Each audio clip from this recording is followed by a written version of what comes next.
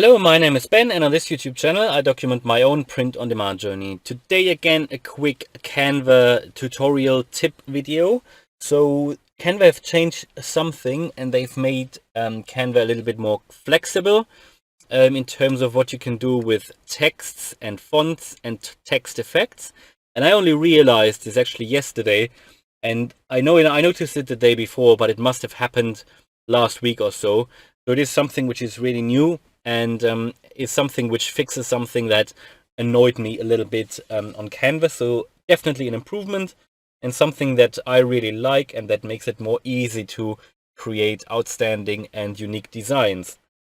So let's get into it. So the first thing, when I'm in Canva, I always create 4,500 by 5,400 designs for Amazon merch particularly, and then I upload these onto other websites as well, and generally that's not a problem. It's a standard size, so I will do this here as well. I created the dimensions, the size 4,500 by 5,400, and I normally choose a black background. So if you have a pro subscription with Canva, then you can, when you download it, then you can download the image or the design that you created with a transparent background.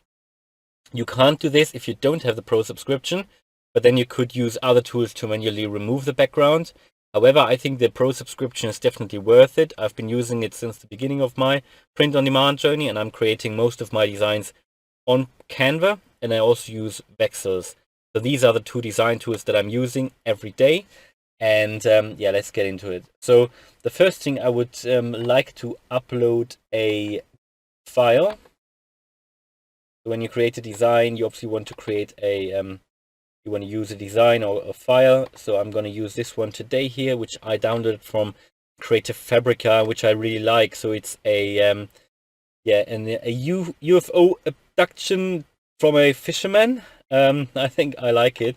Again, I downloaded this from Creative Fabrica, where they have really very similar and outstanding designs, which are quite unique as well. And they have a full POD license as well. So I definitely like that. So let's because this video is about text and fonts and text effects. So let's add a text first. So you do that by going on to text. I normally just add a heading. So what you can also do is scroll down here, and you can select some of these templates here, which can also be interesting. Bear in mind, not all of them work well with POD, because not all of them look good.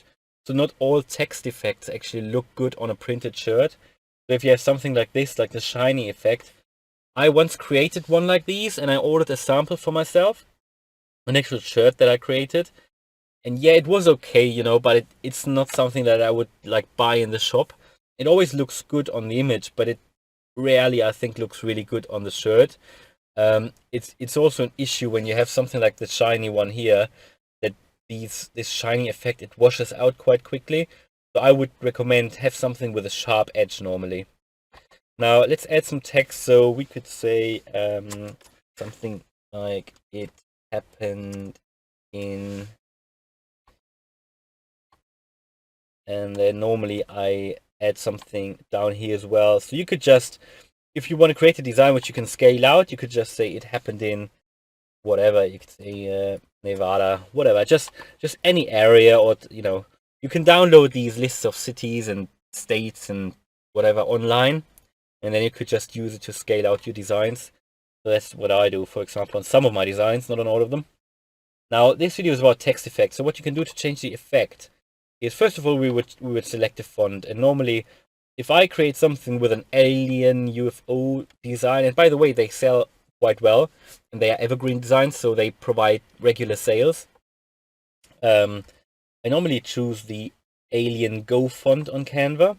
I think they've got some other ones, but I really like this one. And then again, on Canva, you can just select, with the press of a button, you can just select the color of the photo. So we can just select any color that is actually already here somewhere on the photo, at least some of the main colors, and just change the text, the font color with that.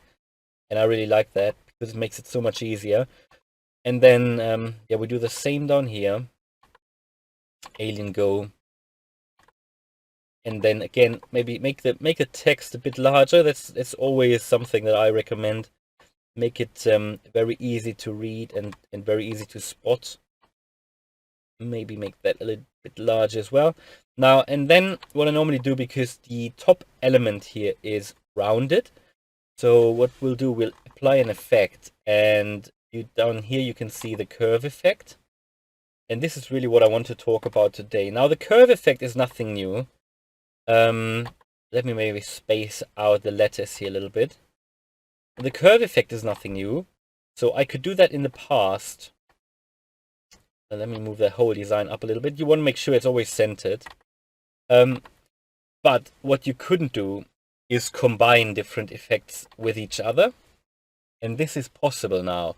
So before this change, this curve effect, you could actually find this here under, basically next to the neon effect.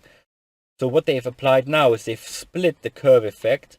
So they've split it into shape effects. Basically, under shape effects, there's currently only curve. And I can only guess that they might add some more here in the future, because at the moment under shape, there's only the curve effect. So they might actually add like a wave thing or whatever in the future. So I showed this in another video that the Vexels, they have quite good text effects, shape effects. Now you don't find that many here on Canva, so there's really only the curve effect, and then there's some style effects, they call it. Now you couldn't do a combination of the shape and the style effects before. So if I click on hollow now, or lift, or shadow, I couldn't do that before with the curved text. Now this is now possible, or like the echo effect, or splice. Now this doesn't really look good with the Alien Go font, I must admit, but there are other fonts where, let's just choose this one maybe, Clicker, yeah. So, by the way, not all text effects look good on every font. So, however, something that you can see here, until I think last week, I couldn't do it. So when I tried to apply the splice effect, it would have always gone back to something like that. So you would have to decide, do you go for the, let's say, the splice effect, or do you go for the curve effect? But from this week on, or maybe even from last week on, but I only noticed it yesterday, you can combine the curve effect plus any of these here. So you can select some of these. And I wouldn't recommend to use all of them. I think what looks good is the hollow effect. It annoyed me sometimes before that I couldn't use hollow and curve, but that is now possible. And to be honest, that's maybe also the only one that I will be using, but it never worked before and it works now, so it is amazing.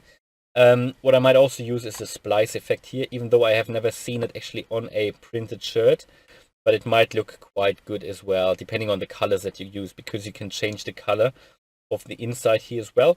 So you can change the color, for example, to just make it blue so it's obvious, or red, so you can change that. But that is really what I wanted to talk about today. I think a really good feature that you can now combine the text or the shape effects and the style effects. I missed that before, and it is now possible, and it is something that other tools don't offer. For example, it's much more flexible. You can do this now here. Placeit doesn't even offer that. I think on Placeit you can't even create a curved effect. You can only create a curved effect on some designs where it's already in the template. But I haven't used Placeit for a while, so maybe they've implemented that now. Certainly something very useful, which make your designs stand out a little bit more.